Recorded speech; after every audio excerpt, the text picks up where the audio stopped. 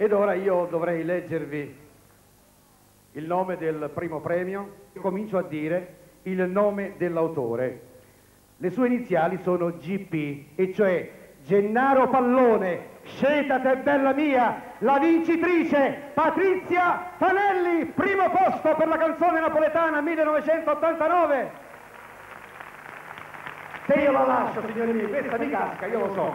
Allora, reciti, io so il tuo stato del primo. La canzone Scetate bella mia, applausi per Patrizia Fanelli.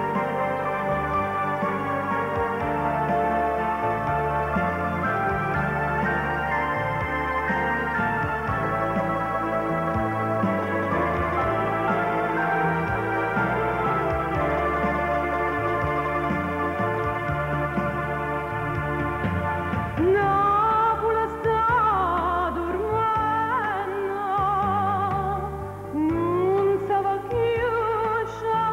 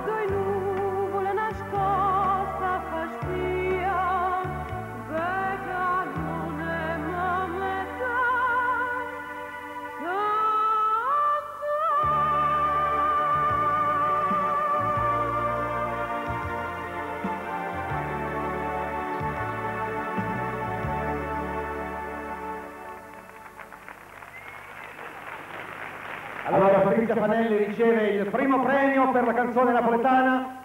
Vi facciamo dell'applauso. Molto bene. Vogliamo l'autore per favore, il signor Gennaro Pallone. Gentilmente, velocemente, grazie. Siamo agli sgoccioli, dobbiamo poi ascoltare le canzoni italiane, intanto che io fra poco citerò la classifica generale delle canzoni napoletane. Il maestro Gennaro Pallone è autore della canzone vincitrice Scelte da Bella Mia. Maestro, complimenti, si rivolga ai fotografi gentilmente subito per la foto. Ecco qua, togliamo anche l'asta. Ecco, vicina all'autore gentilmente, con le coppe ben alzate, l'applauso del pubblico del Teatro Mediterraneo.